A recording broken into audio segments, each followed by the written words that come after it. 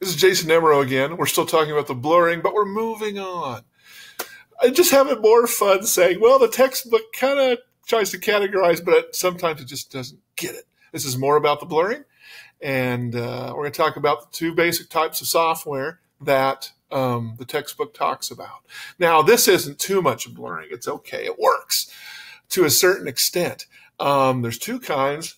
One's called a custom program thing. We usually call it in-house software. In the old days, wait, man, I gotta fix this. Can I fix this? I can't fix this. Oh my gosh. There it is. Let me fix that real fast. Bad spelling. You got a spell checker? Fix your spelling. It's not that hard. Of course, the trick is if you don't know how to spell it in the first place, you end up making these weird spelling errors there with an E-R-E instead of an I-E-R or an E-I-R. I forget which way it goes because the spell checker catches it for me. But make sure you use it in the right way or else you look like you're a bonehead. Even if you are a bonehead, try not to look like one overtly. I mean, it's going to come out anyway, but get used to it. Anyway, okay, two basic types of software.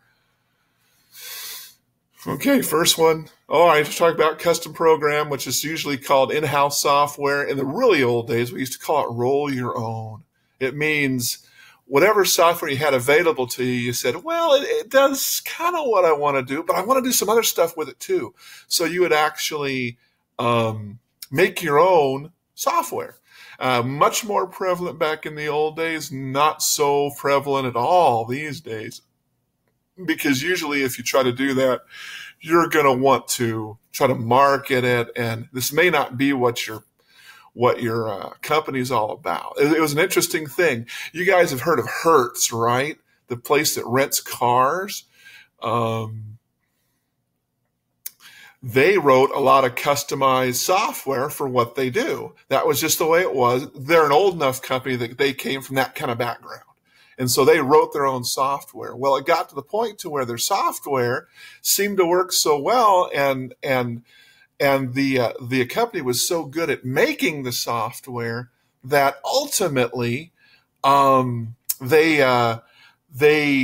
started selling their whole process, the software and the people using it and stuff like that, as a service. And I almost worked for Hertz in Oklahoma City. Being a part of this whole thing. They were morphing into, instead of just being a car rental company, into being an IT services company. You find a lot of big companies try to make that jump. Dell was also an example of that. They took the call center and they became almost an outsourcer of call center technology. Although, let me tell you, it wasn't very good. They needed to get better call center stuff. I don't mean to be rude, but there it was. And they were doing that as a service. They in the same building with me in Dell, they had a call center for the Medicaid program for several states. And it was just there so that you could help people use the Medicaid system in like Maryland. And Dell just said, we're already doing all this stuff for technical support. We already have a system for tracking tickets, for making things work, for bringing in specialized talent, anything that involves data entry or database work. It was already compatible with what Dell was already doing. Now, Dell needed to get their system better, but they were already trying to sell what they could do as a service. Amazing.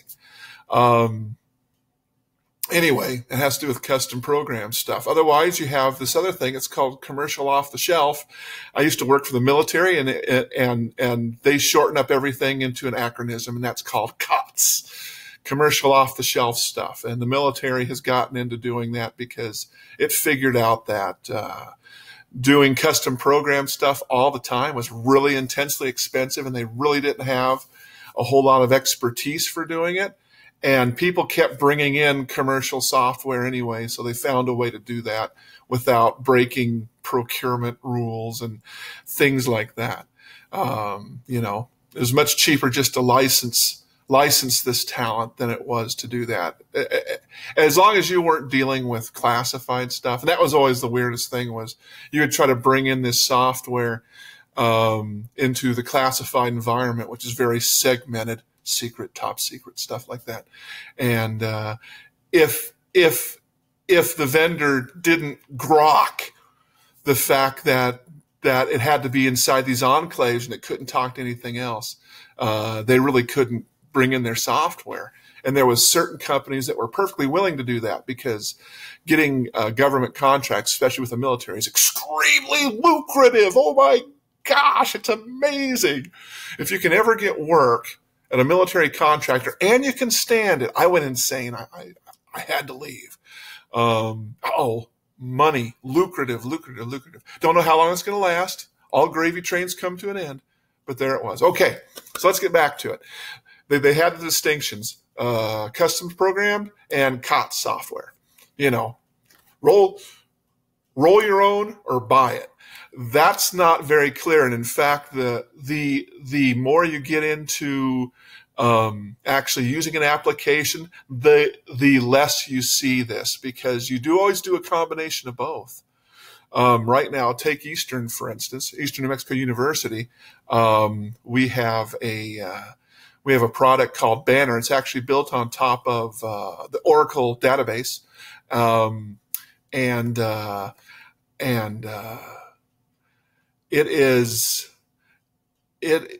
is a combination of what the vendor Illusion gives you and what you choose to come up with yourself. We have an applications arm, a couple of guys that just spend all their days writing software built on top of what Illusion gives us. And it's great. In the age of embedded programming languages, if you go later on, they try to say, okay, know what all the prominent programming languages are these days and how to do it. Usually, in the whole sphere of an application, which is also kind of a blurred term these days too, you're going to have several programming languages. You can say they're embedded. Sometimes they're not even embedded particularly, like Java, for instance. It's not really embedded in anything, but so many things end up just using it for the programming interface because it's become popular and there's a lot of people that can program in it. And the more programmers you have in it, the more popular it gets. So there's other ones, Python, Tickle. I like Tickle, but it's kind of old now, passe. Lua, Perl used to be a big one.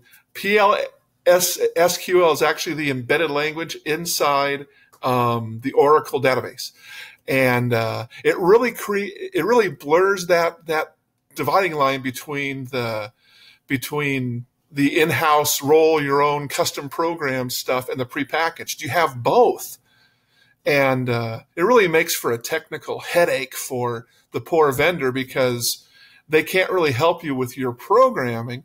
All they can do is fix the underlying stuff. And some people get really frustrated with that, especially, users who say, hey, this is broken. Can't you fix it? No, call Illusion, tell them what to do. They're actually smarter than you are. That's true. Only because there's more of them than there are of me. And